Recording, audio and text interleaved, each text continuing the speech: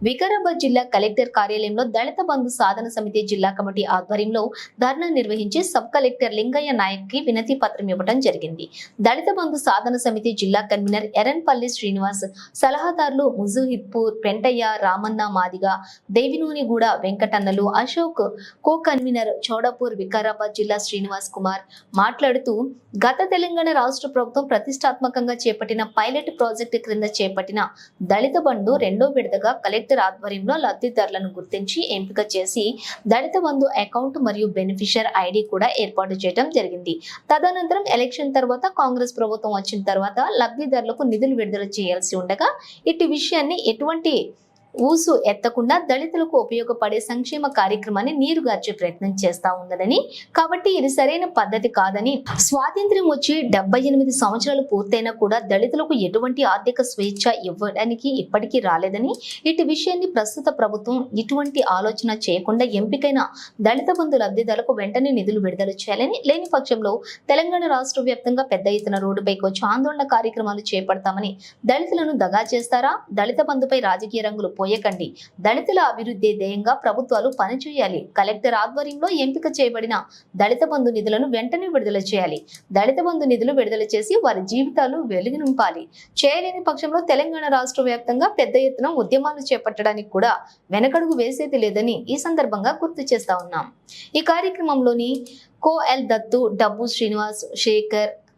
జట్టిగాళ్ల వెంకటయ్య, దౌలతాబాద్ హనుమంతు, చిట్యాల శ్రీనివాస్, సుదర్శన్, శ్రీనివాస్, శివకుమార్, సురేష్, వెంకటయ్య తదితరులు పాల్గొన్నారు.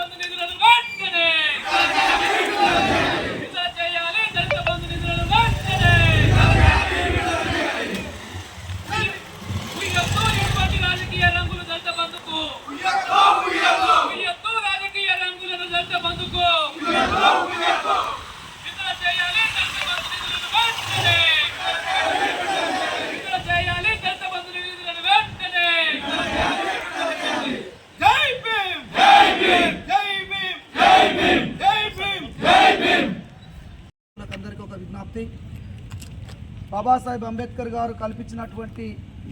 రాజ్యాంగంలో స్వేచ్ఛ మనకంతా కూడా భారత రాజ్యాంగంలో ఆర్టికల్ 3 తర్వాత తెలంగాణ రాష్ట్రం వస్తే చిన్న చిన్న కుటుంబాలు, చిన్న చిన్న రాష్ట్రాలు వస్తే చిన్న చిన్న కుటుంబాలు బాగుపడతాయన్న ఉద్దేశంతో గత ప్రభుత్వం కేసీఆర్ గారి ప్రభుత్వం ప్రవేశపెట్టినటువంటి దళిత బంధు పథకం అనే స్కీముని అనేక రకాల రంగు పూయడం అనేది రాజకీయ పక్షాల్లో మంచి పద్ధతి కాదని చెప్పి నేను కోరుతా ఉన్నాను. అయ్యా,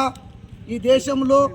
అట్టడుగు వర్గాల నుంచి వచ్చినటువంటి ఎస్సీలు, దళిత కుటుంబాలు, ఈ దళిత కుటుంబాల కోసం అనేక సంక్షేమ పథకాలు ఆనాటి నుండి ఈ నాటి దాకా ఏర్పాటు చేసిన నిధులు మీ చేతిలో తాళం చేయి ఉంది కనుక ఎక్కడ మళ్ళినాయో ఇప్పటిదాకా వాటి లెక్కలు కూడా కాకె